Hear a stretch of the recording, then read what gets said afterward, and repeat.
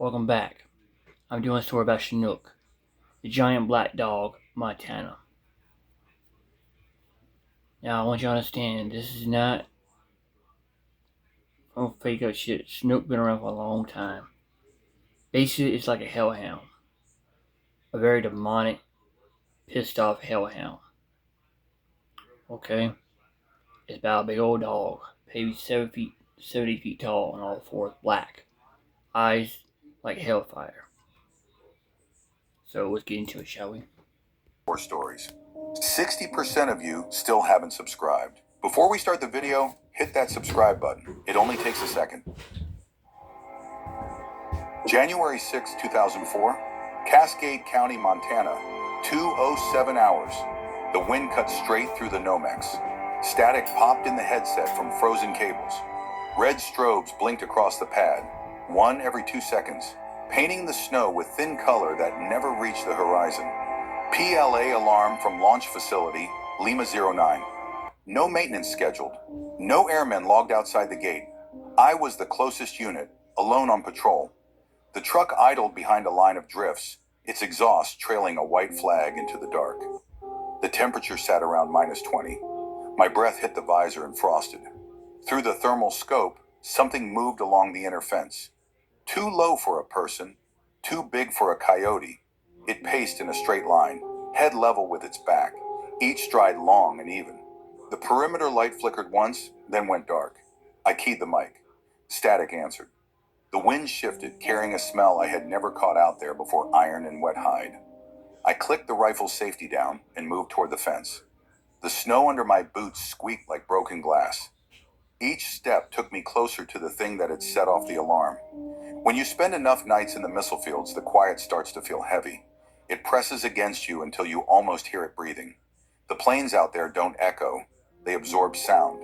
Snow, wheat stubble, and cold open ground. Nothing but horizon in every direction.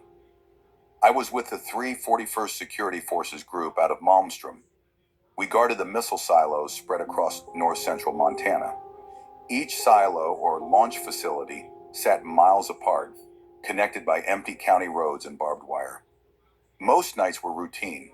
Drive your sector, check fences, log alarms, and keep the deterrent safe. But in winter, routine could kill you faster than an intruder. You learned to stay alert, even when nothing moved. That night, my call sign was Lima 27.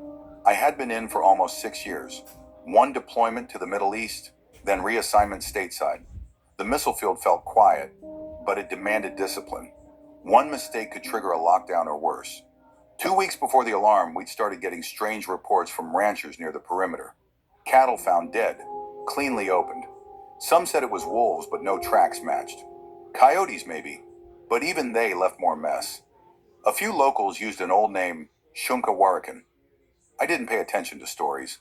I believed in what I could see through a scope or read in a report. Still, the talk reached the unit. A few guys joked about it in the ready room. Others said they'd seen shapes near the outer fences, too big to be coyotes. I stayed quiet. Out there, your imagination could turn windblown grass into a figure.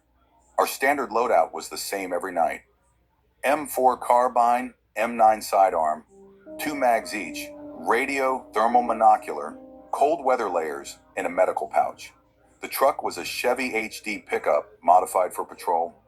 Kevlar panels in the doors, spotlight, and rack mounts for rifles.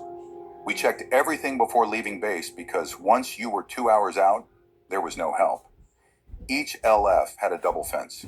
The outer was tall chain link with concertina wire. The inner surrounded the launch door and sensor field. Any breach, animal or human, tripped the perimeter lighting alarm, the PLA. Most of those alarms came from deer or drifting snow-hitting sensors. We called them ghost trips, but even a ghost had to be checked. That night, I started my patrol at 10 p.m. The radio was quiet. I drove the loop through the northwest sector, flat, featureless terrain.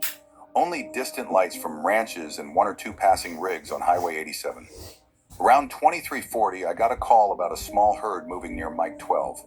I checked. Just deer. Wind picked up around midnight. By 1:30, I was heading south toward Lima sites. That's when the dispatcher called. PLA alarm, Lima 09, East Perimeter. I acknowledged and marked my position. I was about 12 minutes away. Protocol said to wait for backup if closer than 15 miles, but the other patrol was still at a maintenance escort. I was it. The drive out took me over an open plateau where the road disappeared under drifts. I kept the truck in four-wheel drive and followed the snow stakes by headlight. The radio hissed every time I tried to call in. The cold messed with signal. I made mental notes. If comms failed entirely, I'd run visual confirmation and secure the site until another team arrived. When I reached the access road, I cut the lights and parked behind a berm.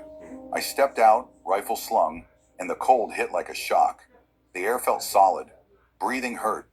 The pad was about 300 meters ahead, faint red strobes still pulsing. I walked slow, scanning the horizon through the thermal. At first, nothing. Then a faint heat bloom near the fence line, low and wide. I thought it might be a mule deer. But deer don't walk the fence like that. They bound, freeze, look around. This one moved with purpose, head level, tail down. I watched it circle once and stop beside the hatch cover. That's when I noticed something else. Tracks in the snow leading from the county road straight to the fence. Big, heavy impressions. No tire marks, just footprints. Deep, long, and spaced too far apart for a normal stride. The radio crackled again. Lima 27, status? I answered. Visual movement inside outer perimeter. Investigating. The shape moved again. Slow. Steady. I took a knee and watched, my finger brushing the trigger guard, ready if it turned toward the gate. The snow around me whispered in the wind. Every breath came out as mist. I could feel the weight of the silence pressing down again, waiting for what came next. I stayed low and watched the fence through the scope. The shape kept circling the pad, moving between the floodlight shadows. I could not make out a head or tail, just a long body. I waited for a second return, maybe a thermal reflection, but the image stayed solid. Backup was still 30 minutes out. The other patrol was escorting a missile crew 2 grids away. The flight security controller told me to hold position until the team cleared and could support. I gave a quick copy, but I knew I could not just sit and watch. If something damaged the fence or reached the hatch, I would answer for it. I started forward, slow steps, careful with noise. My breath fogged inside the mask. The only sounds were wind through the fence and my boots pressing into crusted snow. I could smell oil from the generator shed. The pad lights flickered with the wind. I felt the cold climb through my gloves into my fingers. The tracks outside the gate caught my eye again. Big prints, wider than my hand. The gate looked off, like something dragging a little weight. Each step punched deep into the hard snow, meaning whatever made them was heavy. I followed the line with the beam from my light until it curved out toward the coulee. There were stories about wild dogs crossing from Canada, crossbreeds that lived off calves and deer. I had seen wolf prints before. These were larger. Maybe someone's escaped hybrid. That was the most logical answer. Still, the way the prints came straight from the road bothered me. No wandering, no hesitation. Straight line to the site, then around the hatch. I checked the fence for damage. Nothing. Just a few bent wires near the base where snow packed against it. I brushed the wire and found coarse hair caught on the braid. It was longer than coyote fur, almost black. I kept a small evidence bag in my pouch and took a sample, more out of habit than procedure. My flashlight beam caught the inner fence beyond the drift. The shape was still moving, slow but steady. I raised the thermal again. The outline flickered once, then resolved. Not a man, not a deer. It was too low in the shoulders, too level across the spine. I could not place it. My fingers had gone numb from the cold. I flexed them and keyed the radio again. Still visual inside the inner perimeter, I said. Movement is continuous, unknown classification. No visual on entry point. The reply came through thin and static filled. Copy, hold position, avoid engagement until positive ID. That was easy to say from a warm control room. Out there, decisions were seconds long and permanent. I moved along the outer fence to get a better view. The snow creaked under my boots. A gust hit from the north, sharp and dry. For a moment, the clouds broke and moonlight cut through. That was when I saw 2 more sets of tracks joining the first. Smaller, lighter, but same stride pattern. 3 animals, maybe more. The thought of a pack near a live site turned my stomach. Coyotes never moved like that. They scattered when they sensed people. These moved with purpose. I kept my rifle low and steady. The scope picked up heat again, faint but real. The first figure stopped near the center of the pad and looked toward the outer fence, where I stood. It stayed that way for a long time. At that distance, under those conditions, you learn how small you really are. You think about the sealed door a few meters below that thing's feet. You think about what you're supposed to defend. What could happen if even one mistake goes unreported? I clicked the radio again, requesting second confirmation on response ETA. Silence. Then a burst of static and a broken word. The wind had swallowed the signal. I was alone in that field, with only red strobes and moving shadows to remind me the world hadn't stopped. I adjusted my grip and checked the magazine by feel. My watch showed 2:06. The shape began to move again, heading away from the hatch and toward the eastern fence line, the one nearest the access road where my truck waited. That was when I noticed a second heat signature flicker behind it, smaller and slower, 2 of them, close together. I steadied the scope and watched as they slipped into the drift by the fence. My chest felt tight.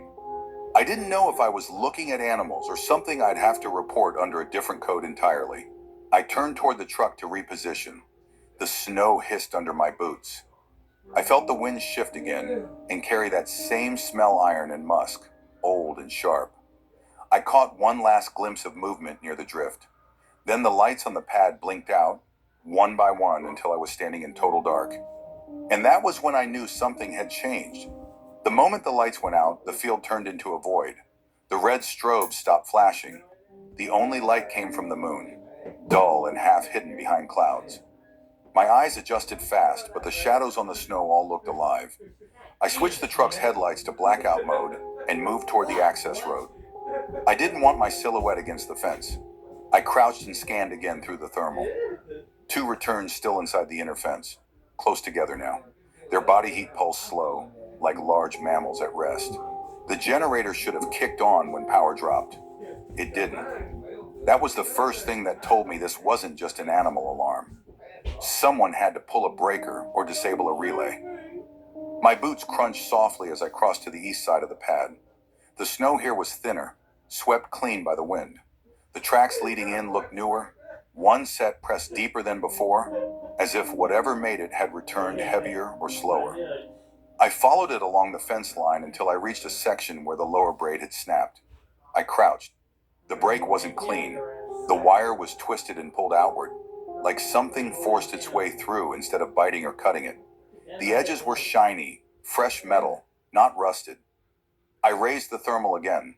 One figure now. The smaller heat signature was gone.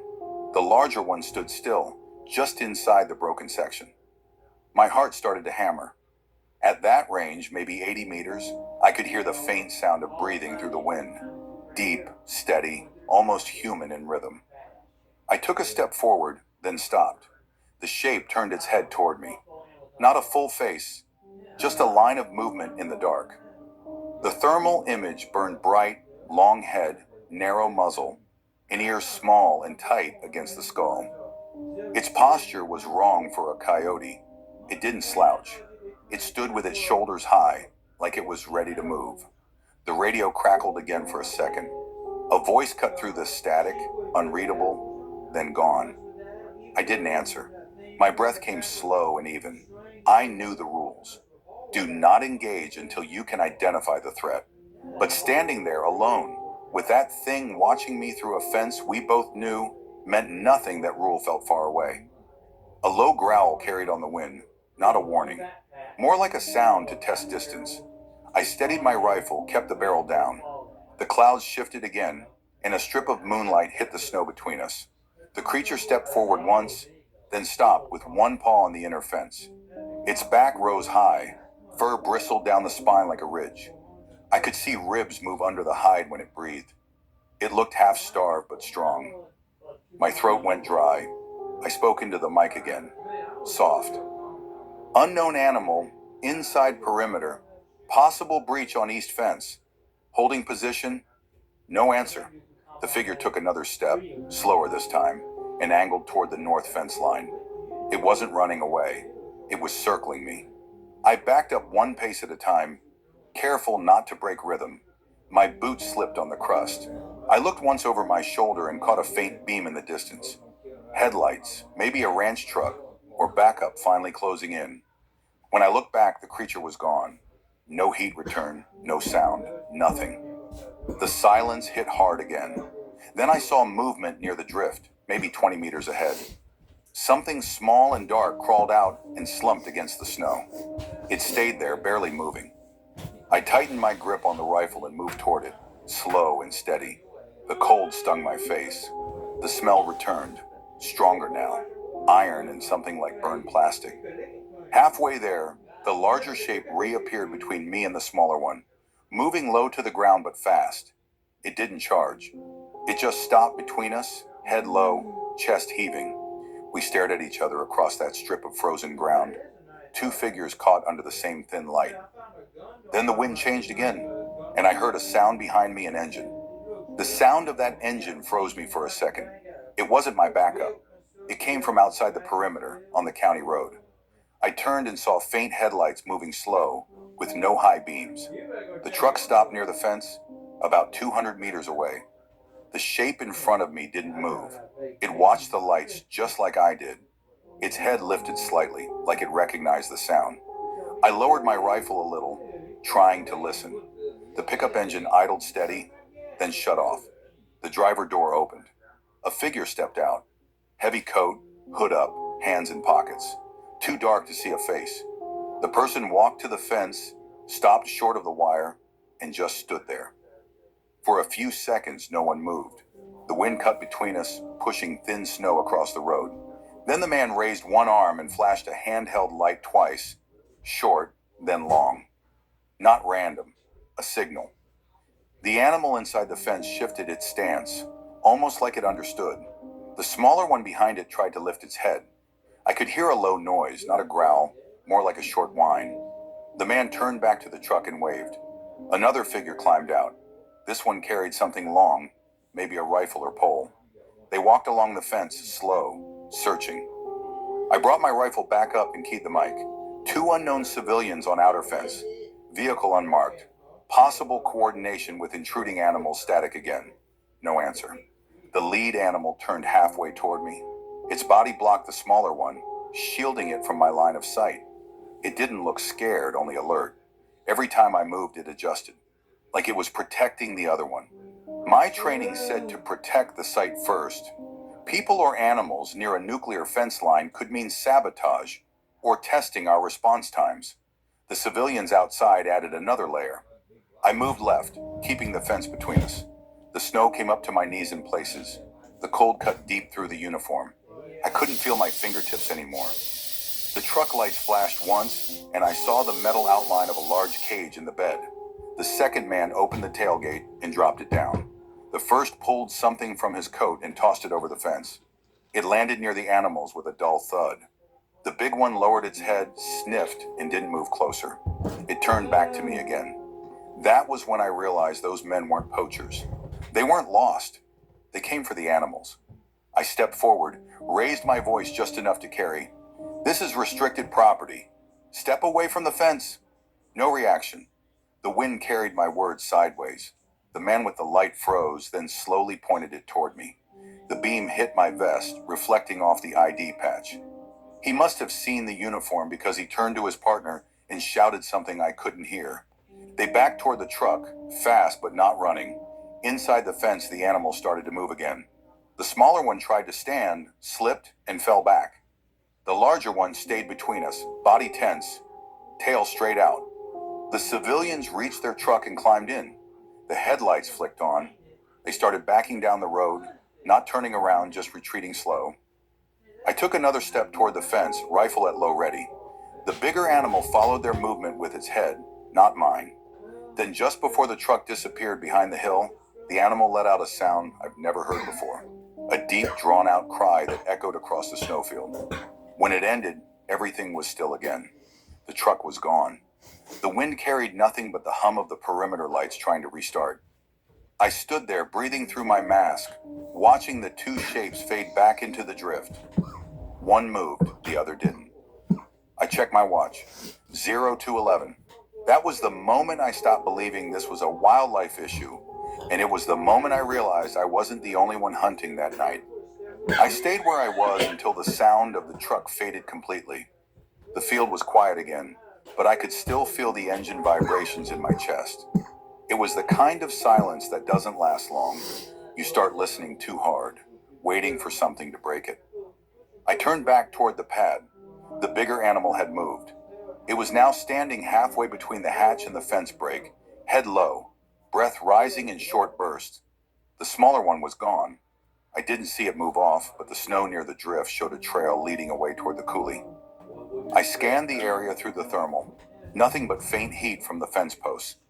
I swung back to the east fence and picked up another return, not inside this time, but out by the county fence where the truck had been. A person standing still. Not one of the two who drove off. This figure was taller, alone facing the site. I crouched and adjusted the focus. The heat signature didn't move, just stood there for nearly 30 seconds, then dropped out of view as if it stepped down into the ditch. I called it in again, this time to the alternate frequency. Lima 27, possible third civilian near east perimeter, requesting immediate support. I waited, still static. That's when I felt it. Vibration through the ground, faint but real, not from the truck. This was steady, rhythmic, like something moving heavy equipment underground. It lasted maybe 10 seconds, then stopped. I glanced at the launch hatch.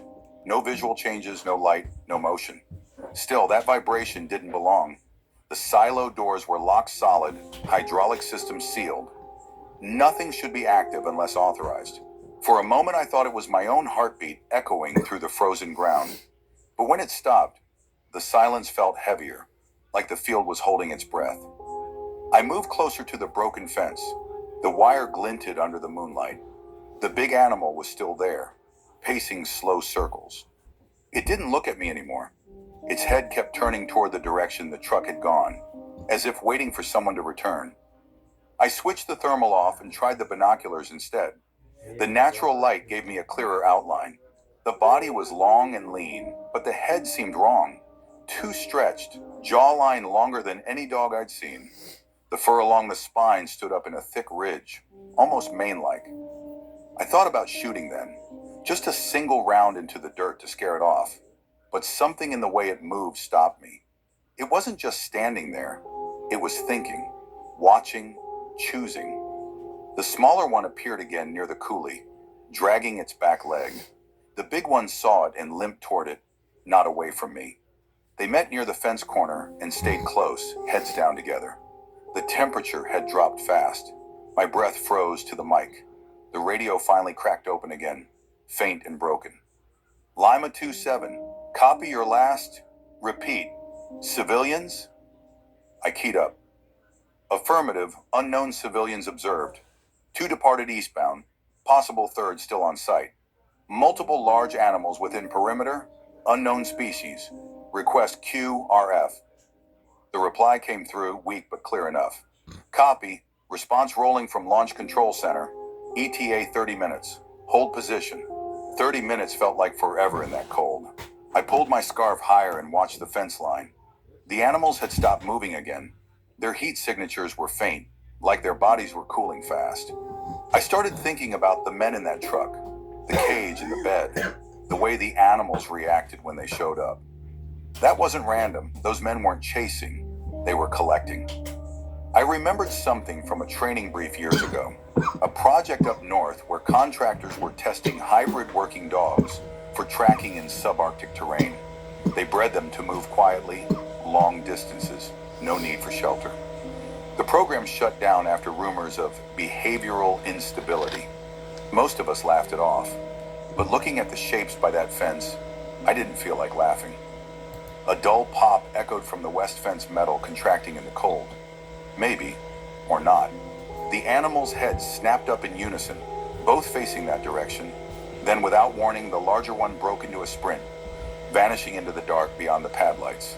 The smaller one followed, slower, limping but determined. I turned to track them, but caught movement in my periphery, the third figure. Now closer, standing just beyond the outer fence. It raised a hand, palm open, like it wanted me to hold fire. Then it stepped back into the shadows and disappeared into the coulee after the animals. That was the last thing I saw before backup arrived. And by the time they reached me, there was nothing left but broken snow, dead radio silence, and the faint hum of a fence trying to wake back up. The quick reaction force rolled in at 2:43. 2 trucks, lights off, engines muffled by the cold. I flagged them down from the access road, rifle slung, hand raised. The flight chief stepped out first, a solid man named Weller. He looked at me, then at the fence. "What have we got?" he asked. 2 animals inside the inner perimeter. Unknown type. Civilians outside earlier. Possibly 3. They're gone. He didn't answer right away. He looked through his thermal and frowned. "You sure you weren't looking at elk?"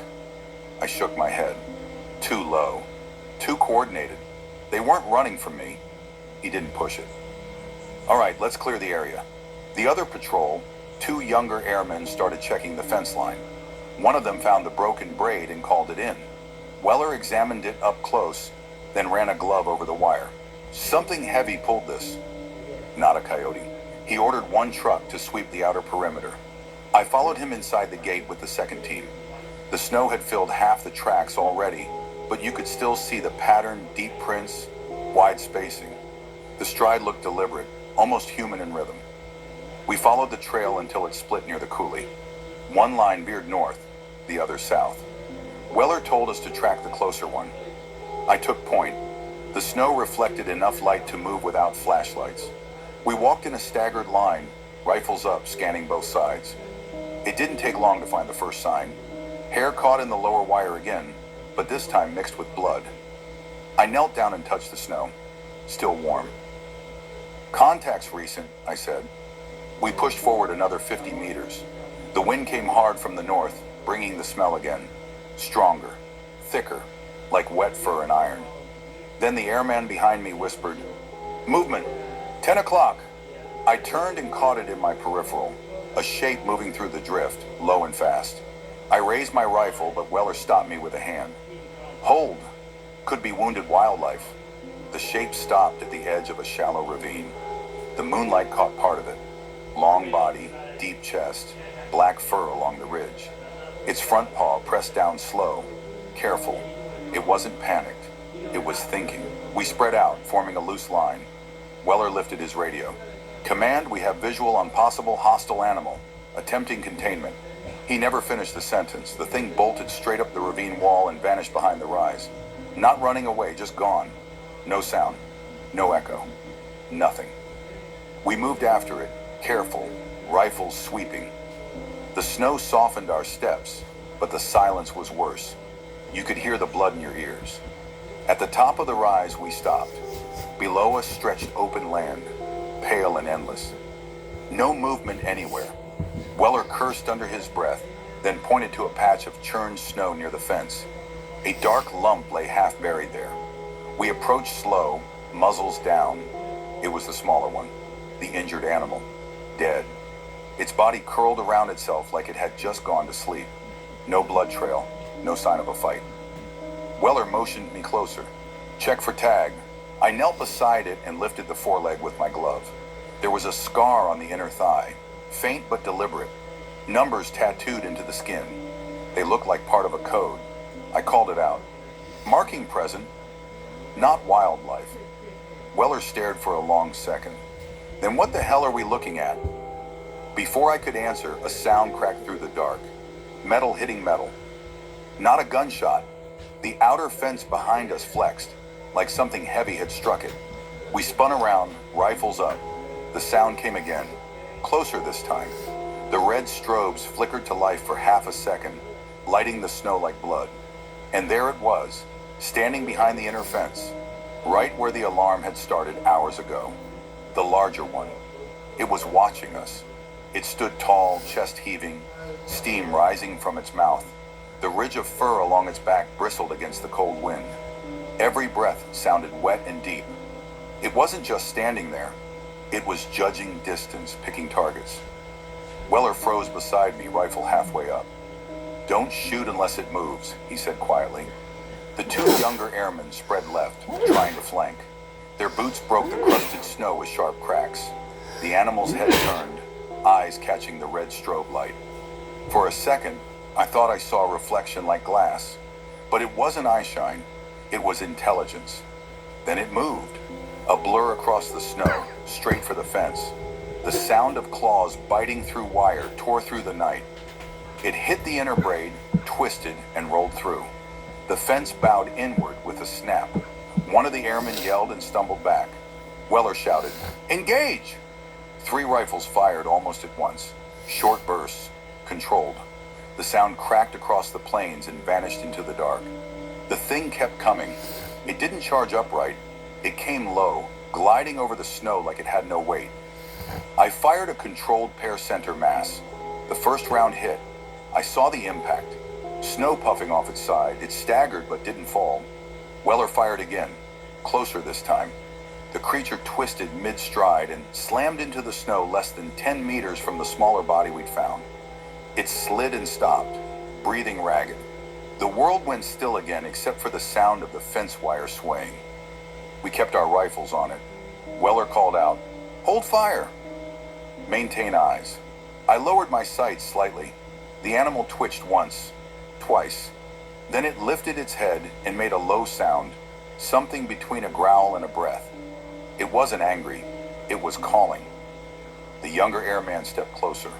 "Sir, it's dying." Weller didn't answer, he just stared at it. The animal's front paw dragged across the snow toward the smaller body. It pressed its head against it, slow and gentle, before its breathing stopped completely. The cold swallowed everything. We approached carefully. I kept my rifle ready, barrel down.